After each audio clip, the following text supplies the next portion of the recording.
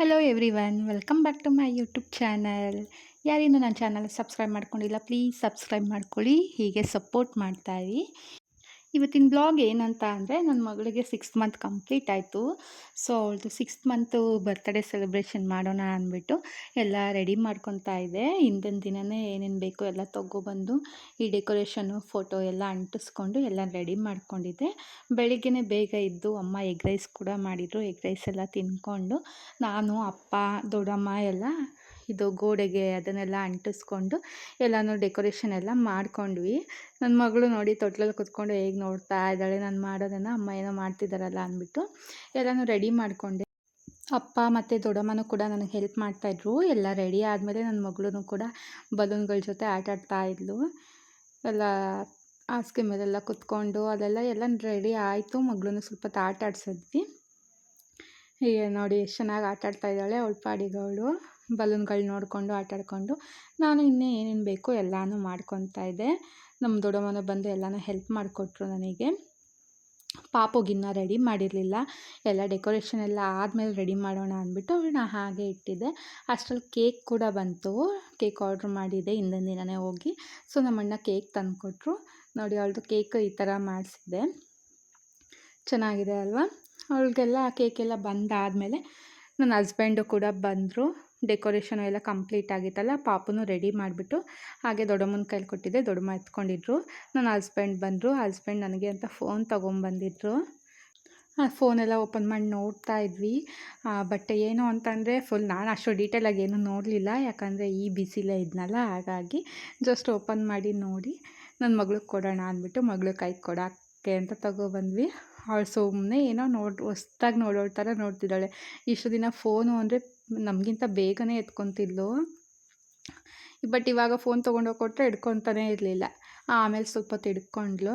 ಅವ್ರ ಪಪ್ಪನ ನೋಡಿಕೊಂಡು ನಾನು ನೋಡಿಕೊಂಡು ಫೋನ್ ಆನ್ ಮಾಡಿ ಕೊಟ್ಟಮೇಲೆ ಫೋನ್ ಹಿಡ್ಕೊಂಡು ಕೂತ್ಕೊಂಡಿದ್ಲು. ನೋಡಿ ಅಲ್ಲಿ ಹೇಗೆ ನೋಡ್ತಾ ಇದ್ದಾಳೆ.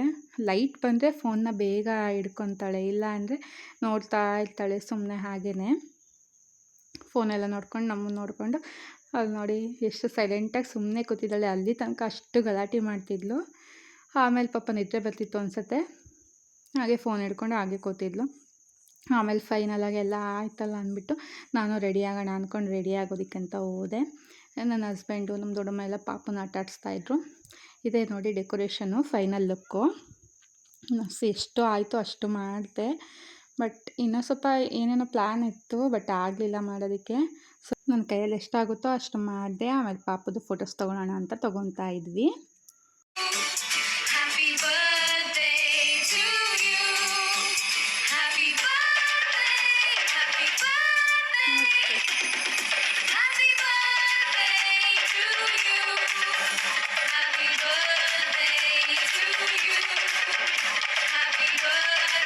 ಅಮ್ಮ ಅಡುಗೆ ಮಾಡ್ತಾಯಿದ್ರು.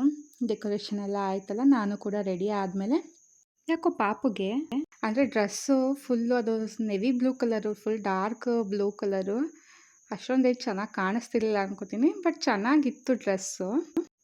ಒಂದೇ ಕಲರ್ ಇತ್ತಲ್ಲ, ಹಂಗಾಗಿ ಅವಳಿಗೆ ಹಂಗೆ ಅನ್ನಿಸ್ತಿತ್ತು ಅನಿಸುತ್ತೆ. ಬಟ್ ಚೆನ್ನಾಗಿತ್ತು, ಓಕೆ ಪರವಾಗಿಲ್ಲ. ಎಲ್ಲ ಫೋಟೋಸು ವೀಡಿಯೋಸ್ ಎಲ್ಲ ತಗೊಂಡು ಆದಮೇಲೆ ಅವಳಿಗೆ ತುಂಬ ಅಂದರೆ ತುಂಬ ನಿದ್ದೆ ಬರ್ತಿತ್ತು. ತುಂಬ ಹೊತ್ತಿಂದ ಎದ್ದಿದ್ಲು ಅವಳು. ನಾನು ಡೆಕೋರೇಷನ್ ಮಾಡೋಕ್ಕೆ ಸ್ಟಾರ್ಟ್ ಮಾಡಿದಾಗ್ದಿಂದನೂ ಎದ್ದೇ ಇದ್ಲು, ಮಲ್ಕೊಂಡೇ ಇರಲಿಲ್ಲ. ಹಾಗಾಗಿ ಡ್ರೆಸ್ ಹಾಕಿದ್ಮೇಲೆ ಅವಳು ಫೋಟೋ ತೊಗೋಬೇಕಾದ್ರೇ ಅಳೋದಕ್ಕೆ ಅಂತ ಸ್ಟಾರ್ಟ್ ಮಾಡಿದ್ಲು. ಅಳ್ತಾನೆ ಹಾಗೆ ಹೀಗೆ ಮಾತಾಡಿಸ್ಕೊಂಡೆ ಒಂದೆರಡು ಫೋಟೋ ವೀಡಿಯೋಸ್ ತೊಗೊಂಡ್ವಿ. ಆದರೂ ಪಾಪ ಅವಳು ಕಂಟ್ರೋಲ್ ಮಾಡೋಕ್ಕಾಗಲಿಲ್ಲ ಅನಿಸುತ್ತೆ. ತುಂಬ ಅಂದರೆ ತುಂಬ ನಿದ್ರೆ ಬರ್ತಿತ್ತು. ಆಮೇಲೆ ಸ್ವಲ್ಪ ಹೊತ್ತು ಮಲ್ಕೊಂಡ್ಲು ಅವಳು ಮಲ್ಕೊಂಡ್ಮೇಲೆ ನಮಗೂ ಇನ್ನೇನು ಕೆಲಸ, ಅವಳು ಎದ್ದೊಳೋ ತನಕ ಇನ್ನು ಕೇಕ್ ಕಟ್ ಮಾಡಿಸೋ ಆಗಿಲ್ಲ, ಏನಿಲ್ಲ. ಅವಳು ಹಾಗೆ ಮಲ್ಕೊಳ್ಳಿ ಅಂದ್ಬಿಟ್ಟು ನಾವು ಊಟ ಮಾಡೋಣ ಅಂತ ಊಟಕ್ಕೆ ಕೂತ್ಕೊಂಡ್ವಿ. ನೋಡಿ ಅವಳು ತುಂಬ ಹೊತ್ತು, ಎಷ್ಟೊತ್ತು ಅಂದರೆ ತುಂಬ ಹೊತ್ತು ಬಲೂನ್ಗಳ ಜೊತೆ ಆಟಾಡ್ಕೊಂಡೇ ಇದ್ಲು. ಪಾಪ ಆಮೇಲೆ ನಿದ್ರೆ ಬಂತು, ಮಲ್ಕೊಂಡೇ ಬಿಟ್ಲು ಕೊನೆಗೂ. ಅಮ್ಮ ಅಡುಗೆ ಎಲ್ಲ ಮಾಡಿದ್ರಲ್ಲ, ಸೊ ನಾವು ಊಟಕ್ಕೆ ಕೂತ್ಕೊಂಡಾದ್ಮೇಲೆ ಪಾಯಸ ಗೀಸ ಅನ್ನ ಸಾಂಬಾರು ಎಲ್ಲ ತಿನ್ಕೊಂಡ್ವಿ. ನಮ್ಮದು ಊಟ ಎಲ್ಲ ಆಗೋಷ್ಟರೊಳಗಡೆ ಪಾಪು ಎದ್ಮೇಲೆ ಎಲ್ಲ ಕೇಕ್ ಕಟ್ಟಿಂಗ್ ಮಾಡಿಸೋಣ ಅಂದ್ಬಿಟ್ಟು ಕೇಕ್ ಕಟ್ಟಿಂಗ್ ಮಾಡೋದಕ್ಕೆ ಸ್ಟಾರ್ಟ್ ಮಾಡಿದ್ವಿ.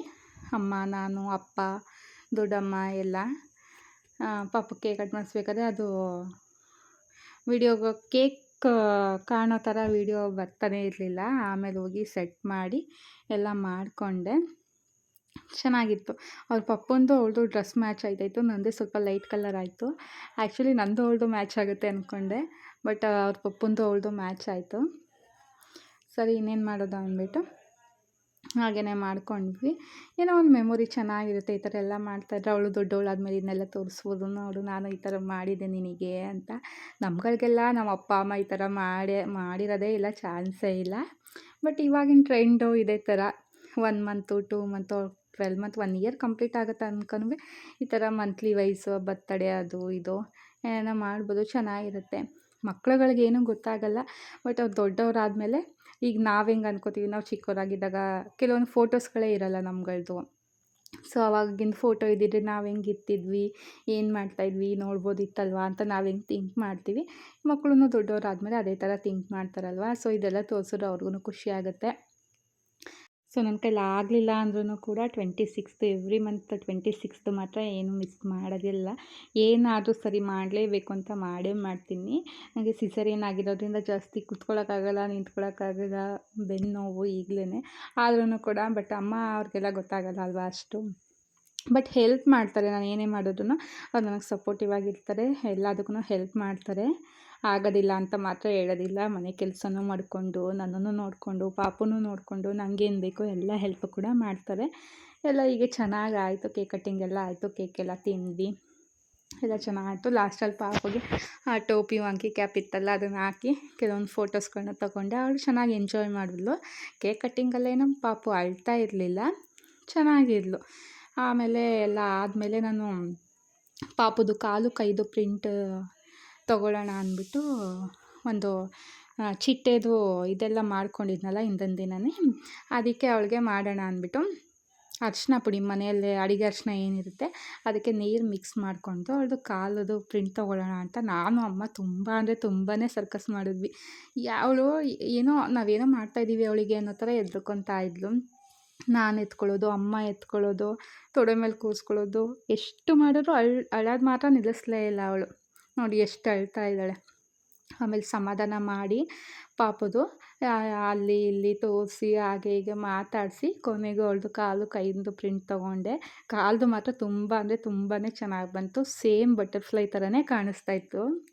ಮಧ್ಯದಲ್ಲಿ ಆ ಬಟರ್ಫ್ಲೈದು ಕಟ್ ಮಾಡಿ ಅಂಟಿಸಿದ್ದೆ, ಆ ಕಡೆ ಈ ಕಡೆ ಅವಳ ಕಾಲ ಅದು ಪ್ರಿಂಟ್ ಬಂತಲ್ಲ, ಸೊ ಸೇಮ್ ಬಟರ್ಫ್ಲೈ ಥರನೇ ಕಾಣಿಸ್ತಾ ಇತ್ತು.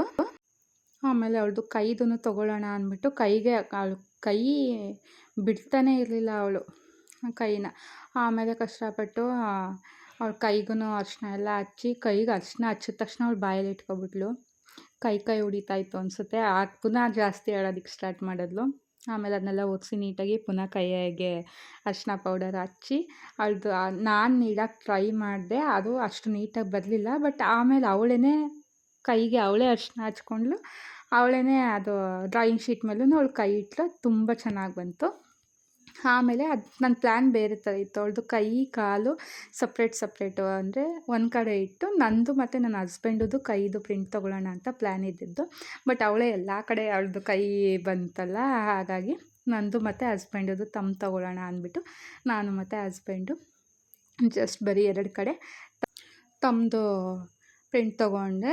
ಸೊ ಫೈನಲಾಗಿ ಅದು ಈ ಥರ ಬಂದಿದೆ.